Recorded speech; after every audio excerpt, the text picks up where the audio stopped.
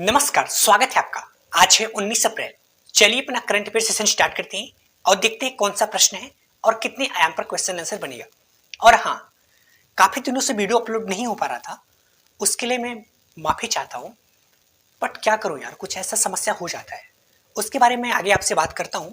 पहले जितने दिनों वो करंट अफेयर छूटा है ना, वो और अब से रेगुलर, मतलब हम 3-4 दिन एक्स्ट्रा क्लास लेके उसको भी कवर करा देंगे। तो आज का भी क्लास थोड़ा सा लंबा होगा क्योंकि पिछला भी कवर किया जाएगा। समझ गए? तो आज का पहला क्वेश्चन स्टार्ट करते हैं। पहला क्वेश्चन हमने रिपोर्ट से लिया हुआ है। अभी एक रिपोर्ट जारी हुआ, उसके आधार पर पता चला कि दुनिया के टॉप 10 अरबपतियों में एकमात्र भारतीय शामिल है। और सबसे ज्यादा अरबपति कहाँ पे हैं, किस देश में है, इस रिपोर्ट के आधार पर पता चला। एक कौन सा रिपोर्ट है? यह फोर्ब्स की अरबपतियों की सूची। ये जो फोर्ब्स का रिपोर्ट है, ये एक अमेरिकी पत्रिका का रिपोर्ट है जो कि इस बार 38 क्रम का रिपोर्ट है। इसके आधार पर पता चला कि यूनाइटेड स्टेट ऑफ अमेरिका में पहले नंबर पे सर्वाधिक अरबपति, दूसरे पे चाइना और तीसरे पे इंडिया। और अगर वही टॉप 10 की बात करें कि सबसे ज्यादा अमीर अरबपति कौन है और अमीर कौन है, वो पहले नंबर पे है बर्नार्ड अर्नोल्ट जो कि फ्रांस के हैं। इनकी कंपनी का नाम है LVMH कंपनी। दूसरे पे है एलन मस्क जो कि यूनाइटेड स्टेट ऑफ अमेरिका के हैं। इनकी कंपनी है टेस्ला और स्पेस एक्स। और जो ट्विटर है ना, जिसको वर्तमान यक्स के नाम से जाना जाता है, वो भी इनके द्वारा अधिग्रहण कर लिया गया है। इंडिया में बात करें, इंडिया के जो टॉप 10 में एकमात्र भारतीय हैं वो है मुकेश अंबानी जी। ये 9वें क्रम पे हैं। अगर गौतम अडानी की बात करें, ये 17वें क्रम पे है। ये रिपोर्ट किस आधार पे पता चलता है कि ये इतना ज्यादा अमीर है? इसमें जो स्टॉक होता है उसका वैल्यू निकालता है, रियल एस्टेट होल्डिंग्स की वैल्यू, उसके साथ साथ जो अन्य संपत्ति है उनको भी इसमें शामिल किया जाता है। अन्य रिपोर्ट की बात करें, खुशहाली या प्रसन्नता सूचकांक में या शांति सूचकांक में भारत का कौन सा स्थान है? वो है 126वां स्थान। जेंडर गैप, लिंग अंतराल में भारत का कौन सा स्थान है? 127वां स्थान। भूखमरी में 111वां स्थान और प्रेस स्वतंत्रता सूचकांक में 161वां स्थान है। और अभी हाल ही में एक रिपोर्ट और भी आया, देखो ध्यान रखना, यहाँ एक एक क्वेश्चन में मैं अलग अलग क्वेश्चन, बहुत सारे क्वेश्चन को शामिल करूंगा। एक और भी रिपोर्ट आया था, बिजनेस एनवायरमेंट रैंकिंग 2024। ये किसके द्वारा जारी किया जाता है? जारी करता है इकोनॉमिस्ट इंटेलिजेंस यूनिट द्वारा। इसमें जो पहले स्थान पे है वो है सिंगापुर। भारत का कौन सा स्थान है? 91वां स्थान है। चलते हैं नेक्स्ट टॉपिक पे। नेक्स्ट टॉपिक हमने बीबीसी से लिया हुआ है। पेरिस ओलंपिक समिति में जूरी सदस्य बनने वाली पहली भारतीय महिला कौन है? देखो, जूरी सदस्य का मतलब क्या होता है? जिस तरीके से अंपायर होते हैं ना क्रिकेट में, उसी तरीके से जूरी जो होते हैं बहुत सारे खेलों में अंपायर के तौर पे जो निष्पक्ष होकर और निष्पक्ष मूल्यांकन करती है। तो पहली महिला जो कि भारतीय हैं, बिल्किस मेरी, ये जम्मू कश्मीर के हैं। जम्मू कश्मीर के खेल प्रशासक भी रह चुकी है। ये पेरिस ओलंपिक में शामिल हुई।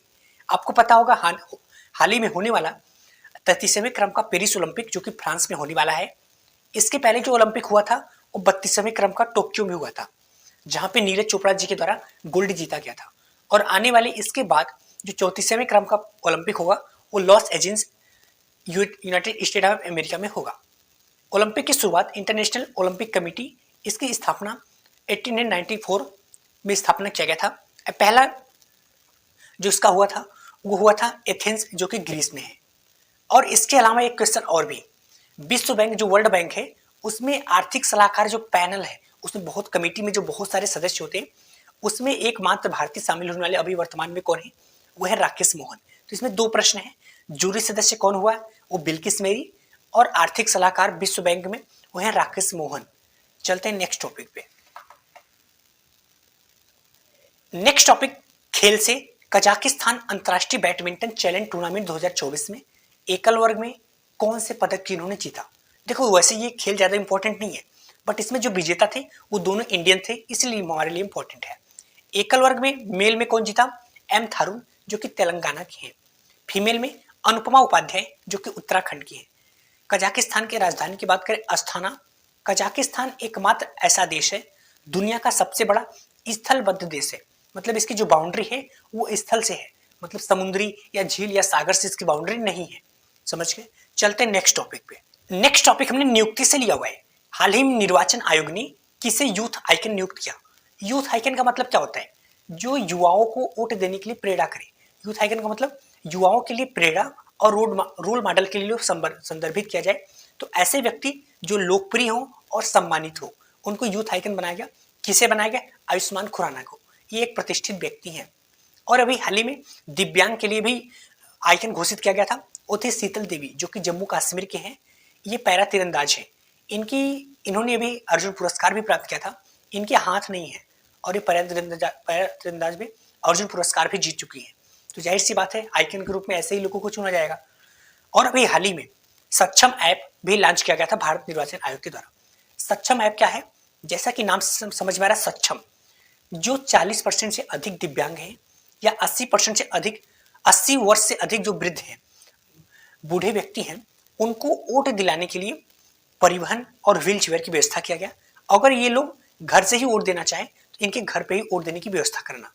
तो ये लोग अपना यहाँ पे डिटेल सक्षम ऐप पे डिटेल भर सकते हैं, फिर उसके बाद निर्वाचन आयोग यहाँ पे एक्शन लेगा। समझ गए? आपको पता है चुनाव होने वाला है जो कि टोटल 7 चरण में होगा और आज ही इसका स्टार्ट हो जाएगा। 19 अप्रैल से लेके 1 जून तक चलने वाला ये 7 चरण में चुनाव होगा और 4 जून को काउंट होगा। ये जो भारतीय निर्वाचन आयोग होता है ये किसका किसका चुनाव कराता है? लोकसभा, राज्यसभा, विधानसभा, Vidhan Parishad, president, vice president. देखो मैक्सिमम जो चुनाव होता है वो भारतीय निर्वाचन आयोग के द्वारा कराया जाता है। जो राज्य निर्वाचन आयोग होता है वो केवल नगर पालिका, पंचायत, ग्राम पंचायत का मतलब छोटे स्तर का चुनाव कराता है। विधानसभा का भी चुनाव निर्वाचन आयोग के द्वारा ही कराया जाता है। समझ गए? निर्वाचन आयोग के वर्तमान अध्यक्ष कौन है? वो है राजू कुमार। और इसके पहले पुरुष अध्यक्ष कौन बने थे? वो सुकुमार सेन। पहली महिला अध्यक्ष वो है रमा देवी। निर्वाचन आयोग की स्थापना 25 जनवरी 1950 में हुआ था, इसीलिए प्रत्येक वर्ष 25 जनवरी को वोटर्स डे के रूप में मनाया जाता है। ये किस अनुच्छेद के अंतर्गत इसका वर्णन मिलता है, उल्लेख मिलता है? अनुच्छेद 324 से लेकर 329 में। अनुच्छेद 326 में ही एकल नागरिकता है। समझ गए? जो ब्रिटेन संविधान से लिया गया है। चलते हैं नेक्स्ट टॉपिक पे। नेक्स्ट टॉपिक हमने दिवस से लिया हुआ है। राष्ट्रीय समुद्री दिवस 2024 कब मनाया गया? ये राष्ट्रीय समुद्री दिवस 5 अप्रैल को मनाया जाता है क्योंकि इसकी स्थापना 5 अप्रैल 1964 को हुआ था। इस बार का थीम क्या है? भविष्य को नेविगेट करना और सुरक्षा पहले। और 5 अप्रैल को एक दिवस और भी मनाया जाता है, अंतर्राष्ट्रीय विवेक दिवस। समझ गए? अगर अन्य दिवस की और बात करें, पहली बार मर्चेंट नेवी सप्ताह कब मनाया गया? सप्ताह तो ये 30 मार्च से लेकर 5 अप्रैल के बीच में मनाया गया। विश्व स्वास्थ्य दिवस कब मनाया जाता है? तो ये प्रत्येक वर्ष 7 अप्रैल को मनाया जाता है क्योंकि 7 अप्रैल 1948 को शुरुआत हुआ था। इस बार इसका थीम क्या है? My health my right. और 6 अप्रैल को विकास एवं शांति के लिए अंतर्राष्ट्रीय खेल दिवस भी मनाया जाता है। समझ गए? इसमें कितने दिवस हो गए? 1 2 3 4 तो 1 5। चलते हैं नेक्स्ट टॉपिक पे। नेक्स्ट टॉपिक अंतर्राष्ट्रीय बीबीसी। दुनिया का सबसे शक्तिशाली लेजर कहां पे लॉन्च किया गया? लेजर क्या होता है? देखो लेजर की सहायता से हम सर्जरी, दंत चिकित्सा और नेत्र चिकित्सा में उपयोग करते हैं। ये वेल्डिंग के रूप काम और ड्रिलिंग काटने के रूप में डेटा और सूचनाओं को प्रेषित करने में, क्योंकि जो आपको पता है लेजर में लाइट का प्रयोग होता है और लाइट की जो स्पीड होती है वो बहुत ज्यादा होती है। और विज्ञान और रिसर्च में भी करती है। समझ के? लेजर का मतलब क्या है? Light amplification by stimulated emission of radiation. Light amplification, light को एम्प्लीफाई करता है। समझ गए? अगर हिंदी में बात करें, प्रकाश का एक तीव्र, एक दिशिक, एक वर्डी बीम होता है। इसका अभी हाल ही में सबसे शक्तिशाली लेजर किसके द्वारा बनाया गया? रोमानिया के द्वारा। उसका नाम क्या है? ELINP। ये मतलब extreme light infrastructure nuclear fusion project. समझ गए? इस किस कंपनी के द्वारा बनाया गया? उस कंपनी का नाम है थेल्स कंपनी। रोमानिया एक दक्षिण पूर्वी यूरोप में स्थित एक देश है जो कि हंगरी और सर्बिया के बगल में स्थित है। इसकी राजधानी क्या है? इसकी राजधानी बुखारेस्ट है। चलते हैं नेक्स्ट टॉपिक पे। नेक्स्ट टॉपिक हमने राजनीतिक से लिया हुआ है। देखेंगे क्या क्वेश्चन है और ये क्वेश्चन काफी इंपॉर्टेंट है। ध्यान से समझिएगा, समझ में आ जाएगा। आपराधिक मुकदमा सामने करने वाले पहले अमेरिकी पूर्व राष्ट्रपति कौन है? वैसे आपके मन में एक क्वेश्चन आना चाहिए कि ये अमेरिका के राष्ट्रपति हैं, इनके ऊपर कौन सा मुकदमा हो रहा है? ये हमारे लिए इंपॉर्टेंट क्यों है? इंपॉर्टेंट है क्योंकि आपके जीएस पेपर सेकंड में जो भारतीय राज्य व्यवस्था का सेक्शन है उसका जो सिलेबस है कार्यपालिका में जो राष्ट्रपति है, राष्ट्रपति हमारे एग्जाम में लगभग 70% इंपॉर्टेंट होता है। और राष्ट्रपति हमेशा 2 देशों से तुलना किया जाता है, एक ब्रिटेन की और एक यूएसए की। तो यहाँ पे यूएसए की बात हो रही, इसलिए हमारे लिए इंपॉर्टेंट है। अब समझते हैं पूरी प्रक्रिया, क्योंकि अभी महाभियोग की प्रक्रिया में आपको समझाता हूँ। आपराधिक मुकदमा जो सामना करने वाले पहले पूर्व राष्ट्रपति कौन है, वो है डोनाल्ड ट्रंप। ये 45वें क्रम के राष्ट्रपति थे। इनकी जो पार्टी थी रिपब्लिकन पार्टी थी। इनके ऊपर भी 2 केस हो गया है। और कौन से मामला का? आपराधिक मुकदमा। पहला, एक पॉप स्टार थी अमेरिका की, उनके साथ इन्होंने गुप्त संबंध बनाया था और उस संबंध को छिपाने के लिए इन्होंने 1.3 लाख डॉलर छिपाने के लिए दिया था। तो मतलब यहाँ पे एक तरह से आप भ्रष्टाचार का आरोप भी लगा सकते हो, करप्शन का आरोप।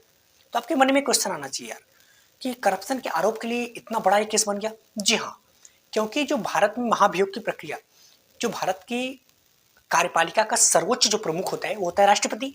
वैसे ही वहां पे अमेरिका में भी राष्ट्रपति।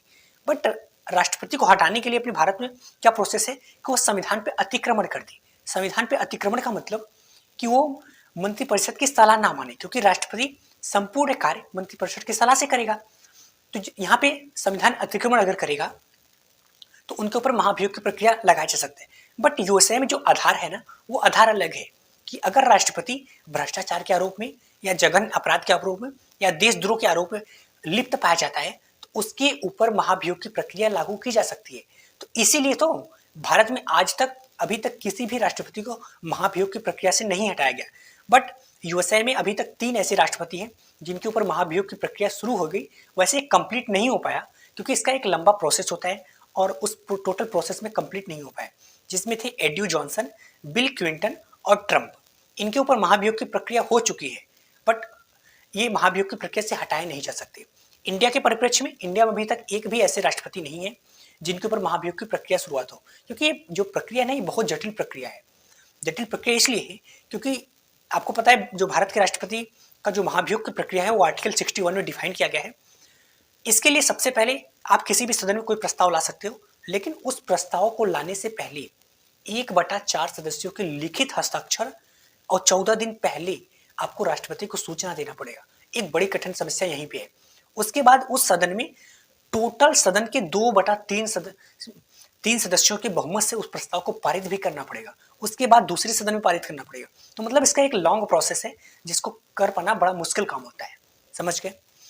और इसमें इनको 4 साल का सजा का प्रावधान है। 4 साल का सजा भी हो सकता है। अगर इनको सजा मिला तो सजा पाने वाले भी एकमात्र एक से व्यक्ति बन जाएंगे। चलते हैं नेक्स्ट टॉपिक पे। नेक्स्ट टॉपिक हमने खेल से लिया हुआ है। 500 T20 छक्के लगाने वाले पहले भारतीय कौन है? कौन है? वो रोहित शर्मा। ये 500 छक्के एकमात्र ऐसे प्लेयर हैं और 500वां जो छक्का लगाए हैं वो सीएसके के खिलाफ, चेन्नई सुपर किंग के खिलाफ लगाए। दुनिया में सर्वाधिक छक्का कौन लगाया है? वो है क्रिस गेल। इनको सिक्सर किंग के रूप में बोला जाता है। आप समझ लो इन्होंने 1056 छक्का लगाया है और रोहित शर्मा 500 अभी तक। समझ गए जी? सर्वाधिक सेंचुरी किसके नाम पे है? वो है विराट कोहली। सर्वाधिक सेंचुरी और सर्वाधिक जो रन है वो भी विराट कोहली के नाम पे है। ठीक है। एकमात्र विकेट कीपर जिन्होंने सर्वाधिक विकेट लिया है वो है एमएस धोनी, जिन 300 से अधिक इन्होंने विकेट लिया है। और इनकी जो नंबर 7 की जर्सी थी अभी हाल ही में इसको रिटायर कर दिया गया बीसीसीआई के द्वारा इनके सम्मान में। सर्वाधिक T20 स्कोर किसके द्वारा बनाया गया और किसके खिलाफ? तो सनराइज हैदराबाद के द्वारा बनाया गया 274 से अधिक रन, जो कि मुंबई इंडियंस के खिलाफ। चलते नेक्स्ट टॉपिक पे। नेक्स्ट टॉपिक हमने रिपोर्ट से लिया हुआ है। भारत में सर्वाधिक वृक्ष आवरण हानि कहां पे दर्ज किया गया? वृक्ष आवरण मतलब घिरा हुआ होता है। तो जाहिर सी बात है जब वृक्ष कटेगा तो उसका जो वृक्ष का जो आवरण है वो भी कम होगा। तो सर्वाधिक जो वृक्ष आवरण है वो कहां पे दर्ज किया गया? कौन सा ऐसा रिपोर्ट है जिसके आधार पे पता चला और कितने दिनों का बीच का ये पूरा रिपोर्ट है? तो अभी हाल ही में एक रिपोर्ट जारी हुआ, ग्लोबल फॉरेस्ट वॉच की रिपोर्ट, जिन्होंने बताया कि 2001 से लेकर 2023 तक के बीच में सर्वाधिक वन कहां पे कटा है पूरे भारत की परिप्रेक्ष्य में। भारत में किस राज्य में? तो भारत के किस राज्य में? असम में 3,24,000 हेक्टेयर वृक्ष को काटा गया है। तो आवरण की हानि हुई है, जो कि कुल वन का पूरे भारत के कुल वन का 7% है। अगर कितना बात करें पूरे भारत में कितना है, वो है 2.33 मिलियन हेक्टेयर वृक्ष आवरण की हानि हुई, जो कि पूरे विश्व में 6वां स्थान पे है। और 60% कमी जो है, 60% जो हानि हुआ है वो उत्तरी पूर्वी भारत में हुआ है, जिसमें असम, मिजोरम, अरुणाचल प्रदेश, नागालैंड और मेघालय है। अभी हाल ही में एक रिपोर्ट और भी आया था, IFSSR रिपोर्ट, जो कि देहरादून से रिपोर्ट प्रकाशित होता है, जिसकी स्थापना 1987 में हुआ था। ये प्रत्येक 2 वर्ष में रिपोर्ट जारी करता है। चलते हैं नेक्स्ट टॉपिक पे। नेक्स्ट टॉपिक हमने नियुक्ति से लिया हुआ है। अंतर्राष्ट्रीय मुद्रा कोष के प्रबंध निदेशक पद पर किसे नियुक्त किया गया? और ये जो अंतर्राष्ट्रीय मुद्रा कोष है, इंटरनेशनल मॉनेटरी फंड IMF, ये क्या होता है? तो इसके अभी हाल ही प्रबंध निदेशक किसे नियुक्त किया गया? वो है क्रिस्टिना जॉर्जिया। ये वर्तमान में भी इसके अध्यक्ष हैं। मतलब ये अभी सेकंड कार्यकाल के लिए, मतलब दूसरे सत्र के लिए इनको 5 वर्ष के लिए और भी नामित किया गया। अब अगर बात करें कि IMF क्या होता है, देखो सेकेंड वर्ल्ड वॉर के समय आपको पता है द्वितीय जो विश्व युद्ध था 1945 में खत्म हुआ था। उसी के कुछ दिन पहले 1944 में ब्रेटन वुड्स सम्मेलन हुआ था। क्योंकि आपको पता है कि वर्ल्ड वॉर के बाद वित्तीय अनियमितता, मतलब आर्थिक अस्थिरता, बहुत सारे देशों में गरीबी, ये बहुत ज्यादा फैल गया था। तो इन्हीं सबको दूर करने के लिए दो IMF, इंटरनेशनल मॉनेटरी फंड और वर्ल्ड बैंक, इन दोनों की स्थापना किया गया, जिसका हेडक्वार्टर कहाँ पे था? वाशिंगटन। इसलिए इनको ट्विन सिस्टर भी कहा जाता है। तो ये किस लिए? कि जो आर्थिक अस्थिरता है, गरीबी है, इसको दूर करने के लिए शुरुआत किया गया था। तो यह क्या है? तो IMF एक वित्तीय संस्था है जिसका उद्देश्य सेकेंड वर्ल्ड वॉर के समय आर्थिक स्थिरता जो बढ़ गया था उसको कंट्रोल करना था। समझ गए? इसमें जो टोटल सदस्य हैं 190 प्लस सदस्य हैं और भारत भी इसका सदस्य है। अभी इसके नए सदस्य कौन बना? वो है अंडोरा। ठीक है जी। अब बात करें ये कार्य क्या करता है। ये क्या करता है? मुद्रा की निगरानी करता है, पूरे विश्व में वित्तीय सहायता को बनाए रखता है और हेल्प करता है लोगों की। उसके बाद गरीबी कम करने में मदद करता है। इसमें जो है SDR, स्पेशल ड्राइंग राइट्स, मतलब इसमें सभी मुद्रा में इसका आकलन नहीं किया जाता है। इसमें कुल 5 मुद्रा प्रमुख हैं, जिसमें डॉलर, पाउंड, यूरो, येन और रेवेनबी जो कि युआन, जो कि चीन की मुद्रा है। इन 5 मुद्रा में इसका हेल्प किया जाता है। तो समझ गए IMF किस लिए? ये वित्तीय सहायता देने के लिए इसको शुरुआत किया गया है। चलते हैं नेक्स्ट टॉपिक पे। नेक्स्ट टॉपिक हमने सम्मेलन से लिया हुआ है। हाल ही में अंतर्राष्ट्रीय मानवतावादी सम्मेलन का आयोजन कहां पे किया गया? जैसा कि नाम से समझ में आ रहा है, मानवतावादी सम्मेलन, तो जाहिर सी बात है कहीं पे मानव से संबंधित ही हेल्प करने के लिए शुरुआत किया गया। जी हाँ, कहाँ पे? पेरिस, फ्रांस में। आपको पता होगा कि सूडान में बहुत दिनों से गृह युद्ध चल रहा है। उस गृह युद्ध के चलते सूडान में मानवीय संकट से निपटने, मानव बहुत ज्यादा संकट आ गया है। मानवीय संकट से निपटने के लिए अंतर्राष्ट्रीय समुदायों से आर्थिक सहायता जुटाने के लिए इस सम्मेलन को किया गया, कि जिससे सूडान में जो लाखों लोग मानवीय संकट से त्रस्त हैं, जिनके पास भोजन भी नहीं है, उनके लिए आर्थिक सहायता जुटाना, इसलिए इस सम्मेलन को किया गया। समस्या क्या है? आपको पता है कि सूडान में राजनीतिक अस्थिरता है, आर्थिक संकट है, भोजन की कमी है, लाखों लोग मानवीय सहायता पे डिपेंड है, इसलिए इसको किया गया। आपको पता है इतना तक कि सूडान में गृह युद्ध के चलते वहां पे एक देश अलग भी हो गया, साउथ सूडान, जिसका नाम रखा गया। अभी हाल ही में यूएनए के नया सदस्य बना, जिसकी राजधानी है जुबा। ये 193वां सदस्य बना। सूडान की जो राजधानी है खार्तूम, ये नील नदी का उद्गम माना जाता है। यहाँ पे जो व्हाइट और ब्लू नील है, इन दोनों यहाँ पे मिले हुए हैं। ठीक है जी। तो गृह युद्ध का मतलब बहुत बड़ा कारण क्या होता है? राजनीतिक अस्थिरता। अगर राजनीतिक अस्थिरता आ जाएगी तो जाहिर सी बात है वहां पे गृह युद्ध हो जाएगा। और यहाँ पे इसमें AU भी शामिल हुआ था, अफ्रीकन यूनियन, क्योंकि ये एक अफ्रीकी कंट्री है। G20 2023 का अध्यक्षता किसके द्वारा किया गया था? इंडिया। और इंडिया के द्वारा AU को सदस्य बनाया गया था G20 का। और 2024 का अध्यक्षता कौन कर रहा है? वो है ब्राजील। चलते हैं नेक्स्ट टॉपिक पे। नेक्स्ट टॉपिक हमने रिपोर्ट से लिया हुआ है। दुनिया के सबसे व्यस्त हवाई अड्डों की सूची में एकमात्र भारतीय हवाई अड्डा कौन है? तो दुनिया के जो सबसे व्यस्ततम हवाई अड्डा की सूची जारी किया गया, उसमें टॉप 10 में पहले नंबर पे कौन है? वो है अटलांटा एयरपोर्ट, अमेरिका का। दूसरे पे दुबई एयरपोर्ट है। और टॉप 10 में ही 10वें नंबर पे इंदिरा गांधी एयरपोर्ट, जो कि दिल्ली का एयरपोर्ट है, ये भी शामिल है। इसमें कुल यात्री जो यात्रा किए वो है 7.22 करोड़। देखो इसमें एक यात्री एक से अधिक बार है, मतलब जितनी बार टिकट लिया गया उतने बार इसमें गणना किया गया है। ये 2023 का आंकड़ा है। और सबसे सुंदर एयरपोर्ट का रिपोर्ट आया था, उसमें कौन है? वो है कैंपगोड़ा एयरपोर्ट, जो कि कर्नाटक में है। सर्वोत्तम एयरपोर्ट वो है चांडी एयरपोर्ट, जो कि सिंगापुर में है। अभी हाल ही में एक नया एयरपोर्ट का उद्घाटन किया गया था, महर्षि वाल्मीकि एयरपोर्ट, इंटरनेशनल एयरपोर्ट, जो कि अयोध्या में है। ये जब भगवान राम का प्राण प्रतिष्ठा हो रहा था उसी समय इसका उद्घाटन किया गया था। अंडमान एंड निकोबार में भी एक नया एयरपोर्ट का उद्घाटन किया गया, वीर सावरकर एयरपोर्ट। चलते हैं नेक्स्ट टॉपिक पे। नेक्स्ट टॉपिक हमने बीबीसी से लिया हुआ है। देखेंगे कौन सा क्वेश्चन है। हाल ही में पानी से माइक्रोप्लास्टिक को हटाने के लिए हाइड्रोजेल किसने विकसित किया? पानी से क्या हटाएगा? माइक्रोप्लास्टिक। अब माइक्रोप्लास्टिक क्या होता है इसको भी समझा दें। तो किसके द्वारा बनाया गया? IIT बेंगलुरु के द्वारा। माइक्रोप्लास्टिक क्या होता है? जो 5 मिलीमीटर से छोटे कण होते हैं प्लास्टिक की, वो माइक्रोप्लास्टिक होते हैं। तो इनको हटाने के लिए किसको शुरुआत किया गया? हाइड्रोजेल। किसके द्वारा? IIT बेंगलुरु के द्वारा। अब अगर बात करें कि माइक्रोप्लास्टिक से होता क्या है, इसके नुकसान क्या है, कि इसको हटाने की जरूरत पड़ रही। एक तो जल प्रदूषण हो जाएगा, दूसरा पानी में जो रहने वाले जीव हैं क्योंकि वो पानी को ही ऑब्जर्व करते हैं, उसी में रहते हैं, तो माइक्रो प्लास्टिक्स उनको बहुत ज़्यादा नुकसान होता है। उसके साथ साथ मनुष्यों को भी नुकसान होता है। इसलिए हाइड्रोजेल को किया गया जो कि पराबैंगनी किरणों के प्रयोग करके इसको माइक्रो प्लास्टिक को हटाएगा। कैसे हटाएगा? ये क्या करेगा कि जो माइक्रो प्लास्टिक होता है इसको अट्रैक्ट कर लेगा। उसके बाद इसमें जो हाइड्रोजेल में छोटे छोटे जो छिद्र होंगे उसमें फंस जाएगा। उसके बाद उसको बाहर निकाल लिया जाएगा। इससे क्या हो जाएगा? पानी शुद्ध हो जाएगा। समझ गए? इसके और लाभ क्या है? एक तो ये प्रभावी ढंग से हटाता है, दूसरा ये पर्यावरण के अनुकूल और बायोडिग्रेडेबल है। इसके साथ ये कम लागत का भी है।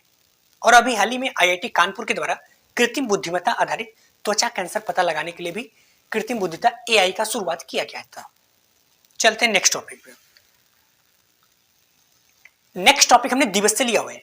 विश्व हीमोफीलिया दिवस 2024 कब मनाया गया? देखो, हीमोफीलिया रोग ये बहुत आप ये सकते बहुत खराब बीमारी है ये। तो इसकी जो विश्व हीमोफीलिया दिवस 2024 कब मनाया गया? 17 अप्रैल को, क्योंकि इसको शुरुआत हुआ था 17 अप्रैल 1989 को उसको शुरुआत किया था। इस बार का थीम क्या है? सभी के लिए समान पहुंच। हीमोफीलिया क्या है? यह एक अनुवांशिकी रोग है। अनुवांशिकी का मतलब ये वंशानुगत है, माता पिता से बच्चे में, बच्चे से उसके बच्चे में फैलता रहता है। और ये रक्त संबंधित विकार है। रक्त संबंधित का मतलब आप समझ लो कि इसका जो प्रभाव होता है ना, इसमें रक्त का थक्का नहीं जमता। मतलब आपकी पूरी बॉडी में अगर कहीं भी खरोच आ गया, मतलब अगर ब्लड निकलने लगा, वो ब्लड रुकेगा नहीं जब तक कि पूरी ब्लड निकल ना जाए। क्योंकि यहाँ पे जो ब्लड का थक्का होता है ना, वो जमता नहीं है। इसका जो क्षमता होता है बहुत प्रभावी होता है। और इसमें एक विशेष बात क्या है, इसके जो रोगी होते हैं वो पुरुष होते हैं और वाहक होती है स्त्री। इसका मतलब हुआ कि जैसे मान लो आपके माता पिता में आपके पिताजी के हुए, तो आपके पिताजी से माताजी के होते हुए आपके बेटे और बेटी दोनों में जाएगा, बट उसका जो प्रभाव होगा आपके बेटे में दिखेगा, बेटी में नहीं दिखेगा। बट बेटी में तो नहीं दिखेगा, लेकिन बेटी के जो बेटा होगा और बेटी होगी, तो बेटी के जो बेटी होगा उसको तो नहीं दिखेगा, बस उसके जो बेटे को होगा। कहने का मतलब इसका रोग का जो लक्षण होता है वो केवल पुरुषों में होता है और जो वाहक होती है वो महिलाएं भी होती हैं। समझ गए? और ये इसको शाही रोग भी कहा जाता है, क्योंकि जो महारानी विक्टोरिया थी ये तभी से चला आ रहा है। ठीक है जी। इसका अभी तक इलाज संभव नहीं हो पाया है और ये बहुत बेकार बीमारी है। जागरूकता की बात करें तो सेमिनार करके रक्तदान शिविर, क्योंकि यहाँ पर रक्त को तो ब्लड ही तो नहीं रुकता और ब्लड ही बहुत कमजोरी आ जाती है, यहाँ पे ब्लड इनको बार बार देना पड़ता है। तो रक्तदान शिविर लगा के और जागरूकता बढ़ाते का प्रयास करते हैं। चलते हैं नेक्स्ट टॉपिक पे। नेक्स्ट टॉपिक हमने खेल से लिया हुआ है। भारत की पहली हाइब्रिड पिच किस क्रिकेट स्टेडियम में स्थापित किया गया? जैसा कि नाम से समझ में आ रहा है, हाइब्रिड पिच। हाइब्रिड का पिच का मतलब देखो, जब भी हाइब्रिड शब्द का प्रयोग हो इसका मतलब दो या दो से अधिक चीज में मिलाया गया है।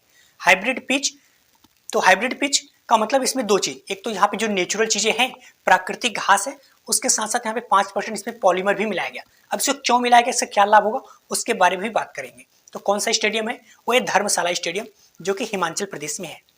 इसको भी हाल ही में T20 और ODI के लिए अप्रूवल भी मिल गया है। इससे क्या लाभ होगा? एक तो जो पिच की अवधि है, टाइम ड्यूरेशन है, उसको बढ़ेगा, मतलब बहुत समय, ज़्यादा समय तक एक बार भी चल सकता है। उसके बाद एक पूरे मैच के दौरान एक ही स्थिति बनी रहेगी, क्योंकि कभी कभी के मैच में क्या होता है, अगर नेचुरल कंडीशन होता है कि जो पहली बॉलिंग कर लेता है उसके लिए फायदेमंद होता है, बाद में करने वालों को नुकसान होता है, या बाद में करने वालों को फायदा होता है, पहले करने वाले को नुकसान होता है। बट इस स्थिति में क्या होगा कि हमेशा के लिए एक ही स्थिति बना रहेगा। समझ गए जी। WPL की बात करें, वुमेन प्रीमियर लीग, जो कि RCB और दिल्ली कैपिटल के बीच में फाइनल हुआ था, RCB फाइनल भी जीता रही थी। वर्ल्ड कप ऑस्ट्रेलिया ने जीता था, 6वीं बार इन्होंने वर्ल्ड कप जीता। कप्तान कौन थे? Pat Cummins. कहाँ पे हुआ था? Narendra Modi stadium. Pat Cummins को भी हाल ही में IPL में किस टीम के द्वारा खरीदा गया? वो है सनराइज हैदराबाद के द्वारा 20.5 करोड़ रुपए। और ये सेकंड हाईएस्ट, पहले नंबर पे हाईएस्ट कौन थे? वो थे मिशेल स्टार, जो कि 24.75 करोड़ रुपए में किसके द्वारा खरीदा गया? KKR के द्वारा, कोलकाता नाइट राइडर्स के द्वारा। चलते हैं नेक्स्ट टॉपिक पे। नेक्स्ट टॉपिक हमने स्वास्थ्य से लिया हुआ है। मेनिनजाइटिस के लिए टीका लगाने वाला पहला देश कौन है? देखो, अभी रोग कौन है? मेनिनजाइटिस। मेनिनजाइटिस क्या होता है? यह एक मस्तिष्क और रीढ़ की हड्डी की झिल्लियों को सूजन करने वाली बीमारी है। मतलब ये जो मस्तिष्क और रीढ़ की हड्डी है वहां पे झिल्लियों में सूजन कर देता है। तो एक अभी टीका लगाने वाला इसका पहला देश कौन बन गया? नाइजीरिया। अब आपके मन में क्वेश्चन आना चाहिए, नाइजीरिया ही क्यों? क्योंकि जो इसका प्रमुख क्षेत्र है CSW, सेरेब्रोस्पाइनल मेनिंजाइटिस, इसका उच्च जोखिम वाला क्षेत्र जो है वो नाइजीरिया में ही है। मतलब नाइजीरिया में ही बहुत ज्यादा ये रोग देखा जाता है। इसीलिए वहां पे टीका लगाने के किया गया। और यह एक संक्रामक रोग है। इसका जो लक्षण है, तेज सिर दर्द, गर्दन में अकड़न और त्वचा पर चकत्ते आना, ये इसके लक्षण है। और ये 5 प्रकार के टोटल बीमारी होती है।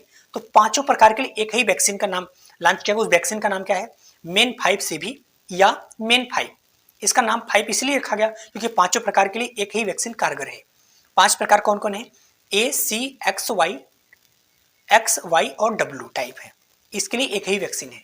कितने वर्ष के बच्चों के लिए, कितने वर्ष के लोगों के लिए इसको लगाया जाएगा? तो 9 माह से लेकर 85 वर्ष के लोगों के लिए इस वैक्सीन का प्रयोग किया जाएगा और ये 95% प्रभावी है। चलते हैं नेक्स्ट टॉपिक पे। नेक्स्ट टॉपिक हमने अंतरराष्ट्रीय क्षेत्र से लिया हुआ है। भारत किसके सहयोग से IND-OOS दोबारा सक्रिय करने की घोषणा किया? देखो, IND-OOS है, ये भारत और यूएसए के प्रयोग से के सहयोग से 2020 के पहले शुरुआत किया गया था, बट कोरोना की वजह से इसको बंद कर दिया गया था। अभी इसको दोबारा शुरुआत किया गया। अब बात करते हैं कि IND-OOS क्या है। जैसा कि नाम से समझ में आ रहा है, इंडियन ओशियन ऑब्जर्विंग सिस्टम। क्या? ओशियन ऑब्जर्विंग, ओशियन को ऑब्जर्व करेगा, समुद्र की निगरानी करेगा। तो हिंद महासागर निगरानी प्रणाली है। हिंद महासागर के बारे में विज्ञान आधारित जानकारी इकट्ठा करने के लिए इसको शुरुआत किया गया था। क्या क्या जानकारी इकट्ठा करेगा? जिससे समुद्री सुरक्षा बढ़ जा सके, आपदा प्रबंधन को रोका जा सकता है, मौसम पूर्वानुमान लगाया जा सकता है और मत्स्य पालन से संबंधित भी मदद किया जा सकता है। कैसे करेगा? इसके लिए क्या किया गया है, पूरे हिंद महासागर में 36 तैरते हुए सेंसर लगाया गया है, जो कि आपको दिखेगा नहीं, समझ गए? तो इससे ही से यहाँ पे हिंद महासागर की निगरानी किया जाएगा। और कोरोना के बाद इसको बंद कर दिया गया था। इंडिया अमेरिका की बात करें कि इनके इनके बीच कौन कौन सा सैन्य अभ्यास होता है, तो वज्र प्रहार, टाइगर ट्रायम्फ और सी डिफेंडर समुद्र में डिफेंडर अभ्यास भी। और इसरो नासा मिलकर एक अभी हाल ही में निसार बनाने की घोषणा भी किए गए, जो कि निसार रडार बनाएंगे। चलते नेक्स्ट टॉपिक पे। नेक्स्ट, अंतरिक्ष से इसरो ने कब तक अंतरिक्ष मलबा मुक्त करने की घोषणा किया? अभी हाल ही में इसरो ने 2030 तक बोला कि अंतरिक्ष का जो मलबा है उसको मुक्त कर दिया जाए। तो अंतरिक्ष मलबा मुक्त करने का मतलब क्या हुआ कि जो अभी से हाल ही में मलबा है उसको खत्म नहीं किया जाएगा। आने वाले जितने भी हम अंतरिक्ष में रॉकेट या और भी यान भेजेंगे, वो मलबा मुक्त होगा। मतलब उसमें ऐसे मटेरियल का उपयोग करेंगे जो बायोडिग्रेडेबल होगा, जो वहां पे ऑटोमेटिक अपघटित हो जाएगा, समझ गए? तो इसके लिए इन्होंने हाल ही में परियोजना की शुरुआत किया गया, जिसका नाम है नेत्रा परियोजना। ये क्या करेगा? उपग्रह को कचरे से टकराने के लिए रोकने के लिए इसका प्रयोग किया है। देखो, अंतरिक्ष कचरा क्या होता है? अंतरिक्ष कचरा का मतलब मानव निर्मित ऐसी वस्तुएं जो पृथ्वी की कक्षा में फंसे हुए हैं।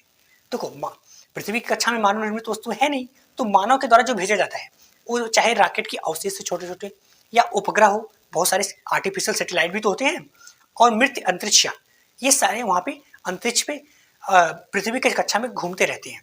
इनको ही खत्म करने के लिए नेत्रा परियोजना की शुरुआत किया गया। इससे नुकसान क्या है? इससे नुकसान क्या है कि ये तो ऑलरेडी घूम रहे हैं, और जो अन्य उपग्रह हैं जो अभी हाल फिलहाल में भेजा जाएगा, अगर उनसे टकरा गया तो क्या होगा कि जो वर्तमान का डेटा है या नेविगेशन है वो बाधित हो जाएगा, वो रुक जाएगा ये। और दूसरा चीज, अगर ये पृथ्वी पे भी गिर सकते हैं, अब पृथ्वी पे गिर गए तो पृथ्वी पर जान माल की नुकसान होगा। ठीक है जी। अभी हाल ही में कुलशेखरपट्टनम में एक स्पेस क्राफ्ट, मतलब स्पेस ड्राफ्ट, जहां से यार्ड बनाया गया, जहां से आपको रॉकेट को प्रक्षेपित किया जाएगा, बट एक छोटे स्तर का बनाया गया। ये कहां पे है? ये तमिलनाडु में है। ओके दोस्तों, धन्यवाद। देखो, आज के बाद रेगुलर करंट अफेयर अपलोड होगा, आप निश्चिंत रहिए। आपको यहाँ पे बिलीव कीजिए, मैं लगातार ये कोशिश करता हूँ कि करंट अफेयर अपलोड कर दूँ। बाकी मैं आपको प्रॉब्लम बताता हूँ। एक्चुअली प्रॉब्लम क्या हुआ कि मैं इतने दिनों से ना, मैं बोल ही नहीं पा रहा था। बोल इसलिए नहीं पा रहा था कि मेरे मुंह में बहुत दिन से, मतलब थोड़ा बहुत तो छाला हो जाता है, लेकिन 5-6 दिन से क्या हुआ कि इतना ज़्यादा छाला हो गया कि मैं बोल ही नहीं पा रहा था। जब जानते हो, आपको जब कहते हैं ना कि पढ़ाई के लिए आपको निरोग शरीर रहना बहुत जरूरी है, तो आपकी फिजिकल, अगर आप मेंटली आप पेन होता है तो आपका फिजिकली भी डाइवर्ट होता है, जिससे आप पढ़ भी नहीं पाते हो। तो मैं काफ़ी ज़्यादा डिस्टर्ब भी चल रहा था, तो इसलिए मैं आपसे तहे दिल से माफ़ी चाहता हूँ और आपका शुक्रगुजार हूँ, आपने इतना इंतजार किया।